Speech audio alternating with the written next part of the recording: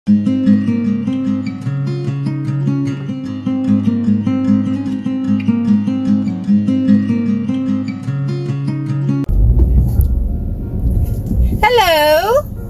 ketemu lagi dengan Ati.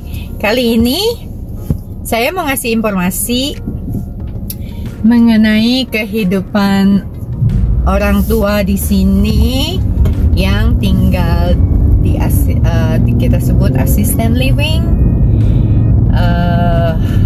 Kalau di Indo itu mungkin lebih dikenalnya sebagai kata-kata panti jompo. Walaupun saya juga kurang informasi mengenai di Indo, panti jompo itu mereka tinggal di situ atau cuma datang-datang bawa ngambil makanan. Nah itu saya kurang tahu persis ya, tapi mungkin ada di dua itu ya. Yang saya tahu tetangga saya datang tapi tinggal di rumah, tapi dia sesekali ke panti jompo itu atau tempat apalah saya lupa namanya, ngambil makanan, dapat rantang penuh makanan. Nah itu saya nggak tahu prosesnya gimana. Saya cuma mau ngasih informasi yang saya tahu di Colorado di Amerika. Oke. Di sini itu ada disebut assisted living. Nah, assisted living ini nanti saya videoin tempatnya ya, dari luar aja. Itu seperti apartemen. Jadi orang tua yang sudah tidak bisa mengurus dirinya sendiri atau tinggal di rumah sendirian itu dikhawatirkan sama anak-anaknya jatuh atau macamnya itu, tapi punya uang ya. Nah, mereka akhirnya tinggal di assisted living karena di sini culture-nya beda ya. Orang tua itu nggak ikut anak atau anak nggak ikut orang tua, jadi masing-masing. Nah, ketika sudah tua sekali itu, mereka umumnya tinggal di assisted living, umumnya ya, tidak semua. Kalau yang udah terlalu banyak uangnya sih, biasanya orang yang datang ke rumah untuk membantu mereka, tapi jauh lebih mahal dibanding ke assisted living. Oke, so mereka tinggal di assisted living itu di apartemen bagus banget. Jadi ada perawat yang datang setiap waktu tertentu, makan pagi, makan siang, makan malam, karena mereka itu kan makannya di dining room yang seperti restoran. Jadi kalau yang bisa jalan, tapi pagi kita tetap bantu, tetap dibantu, butuh apa, bantuan apa, gantiin baju misalnya, atau lain-lain. Terus kalau bisa jalan, udah oke, makan breakfast, lunch, or dinner, mereka jalan tuh sendiri. Nah tapi kalau yang tidak bisa jalan sendiri, misalnya pakai wheelchair, kursi dorong atau walker, nah dibawalah itu ke dining room. Nah mereka makan, terus dikasih, ada yang ngasih obat, ada yang setelah makan itu ke ruang bermain ruang bermain kayak anak TK. Ya ada tempat kumpul-kumpul, selalu ada acara, karena mereka bayar mahal ya. Mahalnya itu saya bilang mahal banget. Jadi assisted living yang seperti begitu kisarannya sekitar 6.000 sampai 10.000-an per bulan, tergantung kondisi si orang tua itu sendiri, perlu bantuannya seberapa banyak, karena setiap every move it's money. Misalnya butuh bantuan kasih obat, itu tambahan duit. Misalnya dia butuh bantuan mandi, itu tambah duit. bantuan mas ganti baju, tempat itu semuanya ada angkanya. Jadi makanya berkisaran 6 sampai 10.000 dolar, tergantung juga tempatnya seberapa bagus dan seberapa biasa. Nah, 6.000 itu menurut saya yang udah yang paling murah ya, yang saya tahu ya. Nah, 10.000-an itu high class lah. Tapi itu yang saya tahu harga itu sekitar 10 tahunan yang lalu. Mungkin sekarang lebih mahal ya, karena udah resesi itu harga udah double semua. Tapi saya belum dapat informasi tepatnya harga berapa. Tapi yang pasti 10.000-an dolar per bulan. Itu yang oke lah. Nah, ada juga yang bantuan pemerintah, artinya gedung khusus yang memang seperti assistant living, tapi bayarnya dibantu pemerintah sebagian besar gitu. Nah, itu biasa-biasa saja tempatnya, tidak jelek, tetap ada seperti apartemen, tetap diurusin, tetap dikasih obat, tetap itu semua normal. Cuma bedanya mungkin makanannya di restorannya seperti apa, servisnya mungkin seperti aktivitinya itu mungkin berbeda jauh. Nah, kalau yang pemerintahan itu tapi enggak sih ya, di sini hampir sama aja. Beda bagus sama biasanya aja kali ya. Soalnya kalau dibilang mereka juga ada bus yang bisa masuk wheelchair, jadi jalan-jalan sekian di waktu-waktu tertentu, jalan-jalan kemana-mana gitu kan.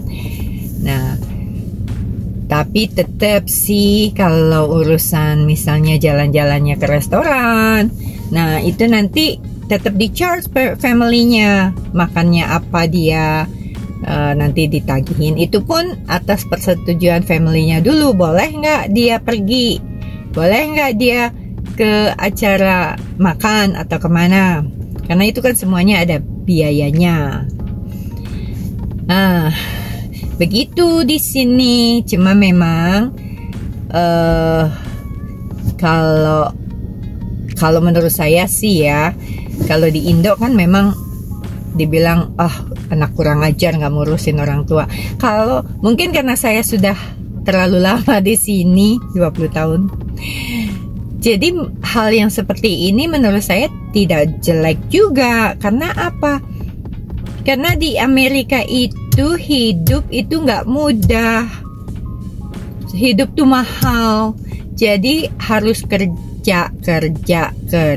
Nah, ketika kerja itu suami istri kerja, anak-anak yang udah umur di atas 16 tahun setelah sekolah biasanya kerja sampingan, dan ketika sudah 18 tahun ke atas itu keluar dari rumah. Jadi artinya dia harus kerja betulan untuk sewa apartemen, bla bla bla, whatever. Jadi memang tidak punya waktu untuk ngurusin orang tua yang butuh bantuan, misalnya butuh dimandiin, butuh disuapinin, butuh diajak ngobrol, sementara mereka harus nyari uang.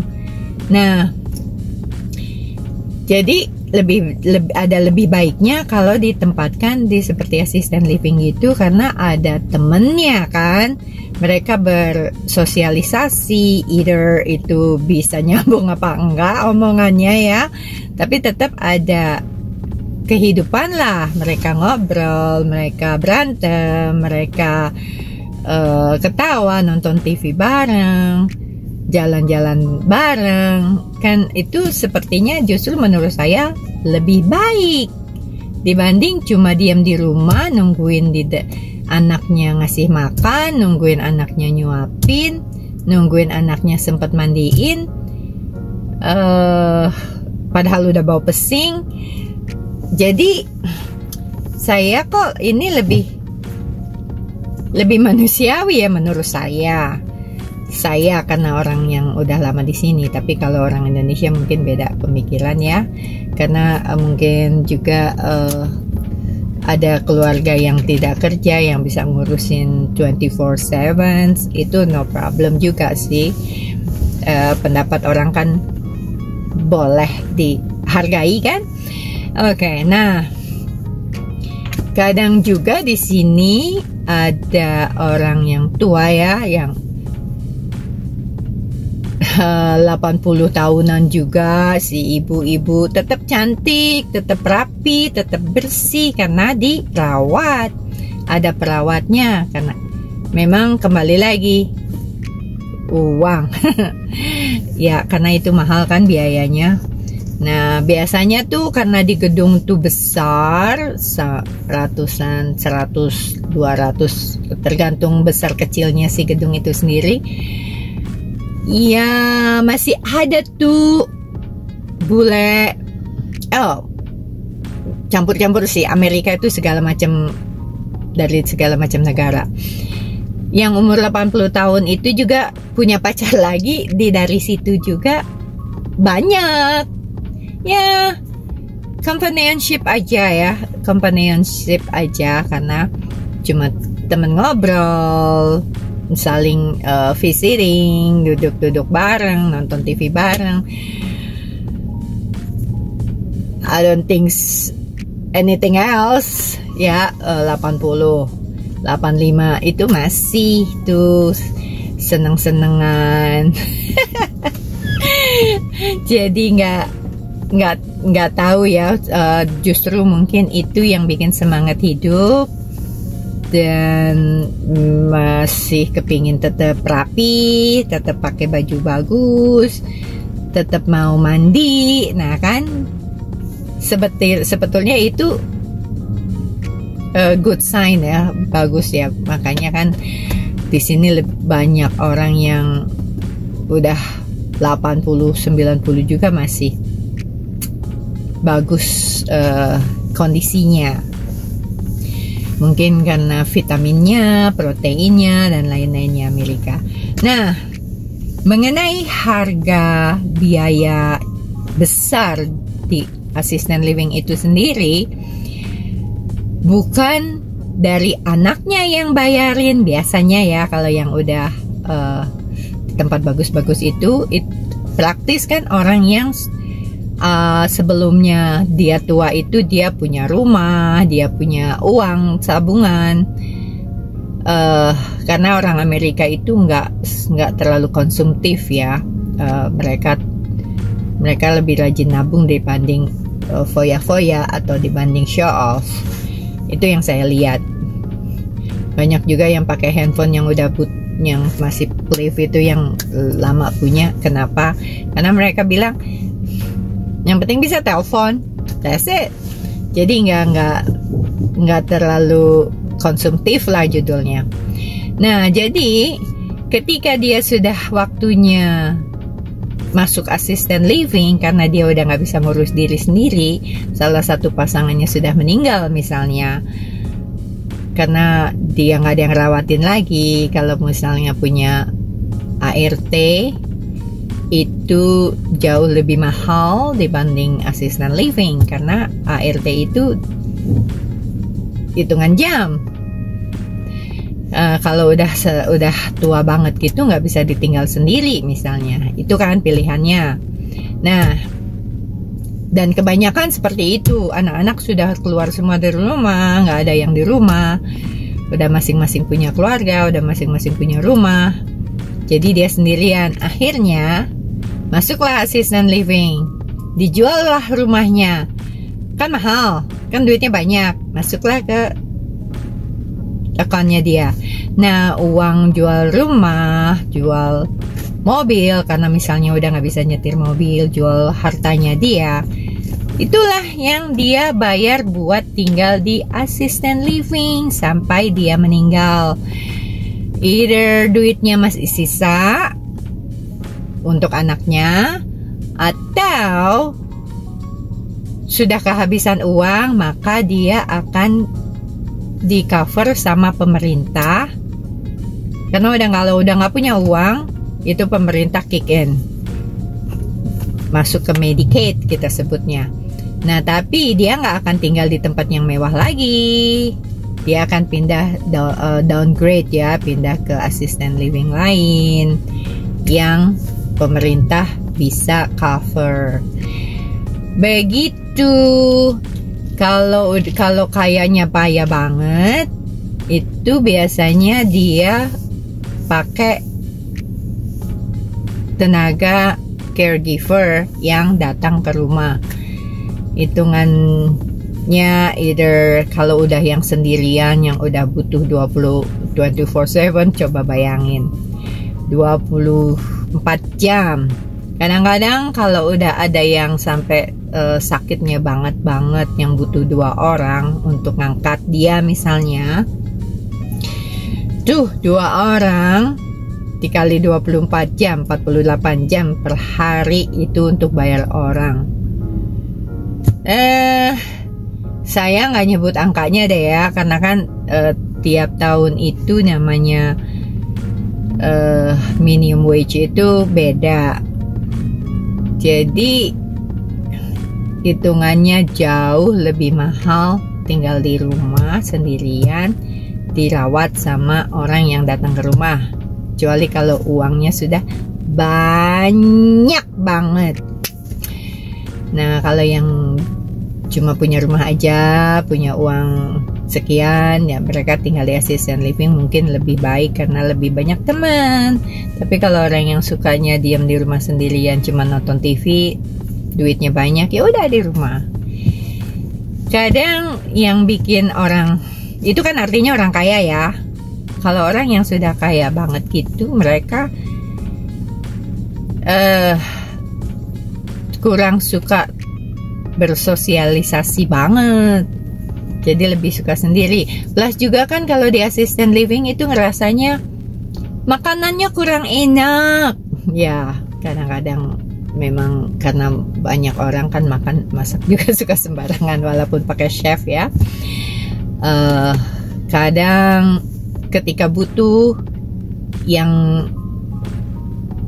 caregivernya itu datangnya lama, misalnya dipanggilnya, karena kan caregiver itu mengurus orang banyak, jadi mereka datangnya nggak bisa langsung 1 minute is there, jadi lama. Nah, kadang ada juga kejadian sebelum orang yang menolongnya itu datang, dianya sudah jatuh misalnya. Nah, jatuhnya itu bisa jadi juga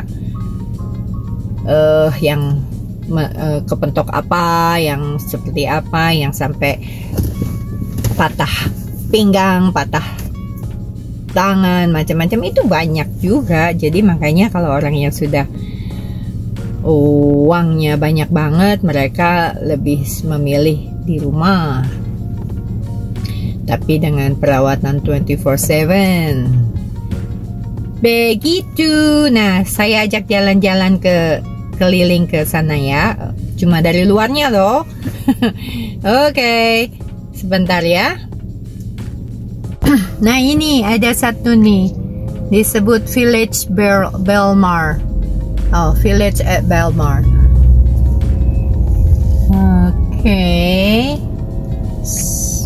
Lampu merah.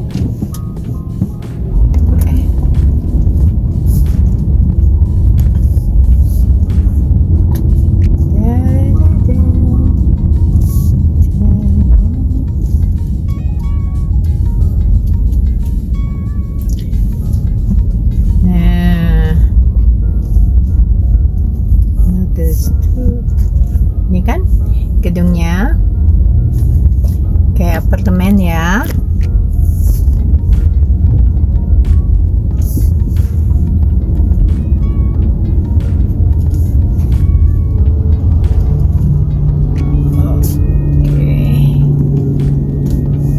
Dan ini termasuk yang tidak terlalu besar. Baik, nanti kalau saya pas lewat di mana ada, saya kasih tahu lagi. Kalau ini hitungannya yang cuma 3 lantai, 3 lantai, tapi umumnya kan yang dipakai cuma lantai 2, lantai 3. Lantai satunya itu ada dining roomnya, movie room, pokoknya segala activity. Terus ada yang tempat makan di luar dan lain-lain kayak gitu. Jadi di bawah itu nggak ada kamar-kamar. Nah, ini cuman lingkungan area dari assistant living aja nih, apartemen orang biasa. Apartemen bagus, mahal banget, pakai banget. Mungkin bukan ini hitungannya bukan apartemen ya, tapi kondo, karena kan 2 lantai, atas bawah dia sendiri yang punya. Nah kalau ini sebelahnya pas banget nih, rumah sakit. Bukan rumah sakit sebetulnya, doctor office, tapi besar banget begitu. Nah, karena informasinya sudah itu aja. Karena saya kan nggak bisa masuk ke gedung itu, iseng-iseng main masuk bikin video. Aduh, urusannya panjang deh. Mungkin kalau ada saudara atau teman yang di sana, terus saya mampir main, bisa juga. Ya, kebetulan hari ini saya lagi ambil libur. Saya mau ke gunung, janjian sama teman, mau lunch di kasino. Bisa saya videoin di jalanannya, tapi di dalam kasinonya kan memang nggak bisa divideoin. Urusannya panjang kalau saya nekat. Bisa sih nyuri-nyuri, tapi kan kalau dimasukin ke YouTube terus ada yang tahu, panjang deh urusannya. Kita jalan-jalan. Nanti saya lanjutin ketika udah nyampe sana ya. Nah, ini salah satu contoh lagi yang assistant living besar, lumayan besar. Dan ini company-nya banyak di mana-mana. Nah, ada informasi tambahan. Ini kebetulan saya lewat tempat disebutnya Memory Care. Ini tempatnya kecil. Mungkin ini cuma masuk residen sekitar 8 orang ya. Yang Memory Care. Yang artinya orang yang sudah demensianya parah.